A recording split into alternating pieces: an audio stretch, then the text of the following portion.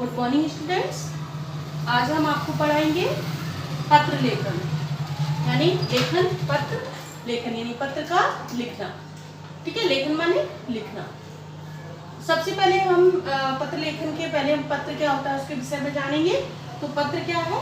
लिखित रूप में अपने मन के भावों और विचारों को प्रकट करने के माध्यम पत्र है। ठीक है, यानी क्या है? विचारों को प्रकट करने का माध्यम क्या है? पत्र है। किसको? हमारे मन के भावों और विचारों को प्रकट करने का माध्यम क्या है? पत्र। पत्र का शाब्दिक अर्थ क्या है? ऐसा कागज जिस पर कोई बात लिखी अथवा छपी हो। यानी पत्र का शाब्दिक अर्थ क्या है? ऐसा कागज जिस पर कोई बात लिखी या छपी हुई हो। ठीक है, छपी यानी कि अंकित हो। हम पत्र को अभिव्यक्ति का एक सशक्त माध्यम भी मानते हैं। पत्र को क्या मानते हैं? अब आप देखिए, पहले टेक्नोलॉजी नहीं थी, तो पहले जितना भी आदान प्रदान होता था बातों का, समाचारों का, वो किसके माध्यम से होता था? पत्रों के माध्यम से होता था। पत्र लेखन, सबसे पहले हमने पत्र को जाना। पत्र क्या है? हमारे भावों और विचारों को प्रकट करने का सशक्त माध्यम है। इसका अर्थ क्या है? ऐसा कागज जिस पर कोई बात लिखी अथवा छपी हुई हो। पत्र लेखन, पत्र लेखन क्या है? पत्र लेखन एक रोचक कला है। क्या है ये? रोचक। रोचक माने जो हमें अच्छा लगे लिखने में, ऐसी कला है जिसके लिए बुद्धि, क्या जरूरत है इसके लिए? बुद्धि का होना और ज्ञान की परिपक्वता, यानी हर विषय का ज्ञान होना चाहिए जिस विषय पर हम पत्र लिखना चाह रहे हैं। विचारों की विशालता, यानी सोचने की क्षमता कई गुनी हो। विषय का ज्ञान, ऐसा नहीं है कि जिसके अंदर सोचने की क्षमता नहीं है वो पत्र नहीं लिख सकता, पर क्या है, अलग अलग विषय के अलग अलग पत्र होते हैं, तो उनके लिए हमें उनका ज्ञान भी होना जरूरी है।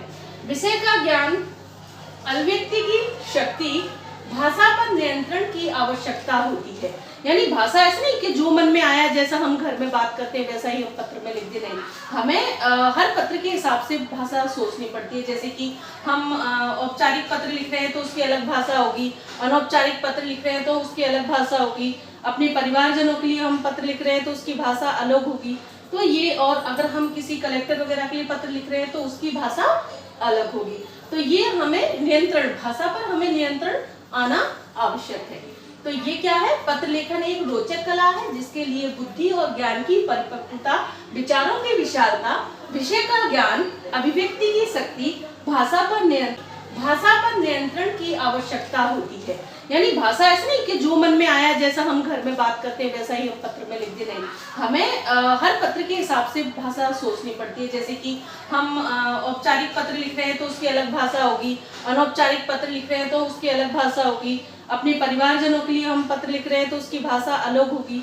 तो ये, और अगर हम किसी कलेक्टर वगैरह के लिए पत्र लिख रहे हैं तो उसकी भाषा अलग होगी। तो ये हमें नियंत्रण, भाषा पर हमें नियंत्रण आना आवश्यक है।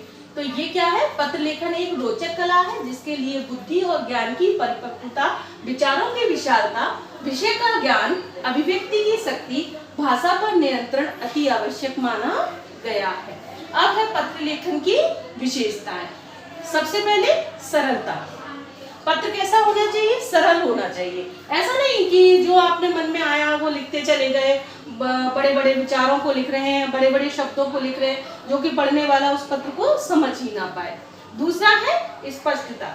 स्पष्टता नहीं, स्पष्ट होना चाहिए। जो भी विषय आप उसमें दे रहे हैं वो विषय एकदम स्पष्ट होना चाहिए कि आप किस विषय के बारे में बात कर रहे हैं। संक्षिप्तता, अनावश्यक विस्तार नहीं होना चाहिए पत्र का। संक्षिप्त, जो बात है यानी गागर में सागर भरने वाली स्थिति होनी चाहिए पत्र में। प्रभाव उत्पादन, जिस विषय से संबंधित पत्र लिखा जा रहा है वो उस विषय को भी प्रभाव उत्पादन, यानी वो बताए कि हाँ ये पूर्ण कर रहा है।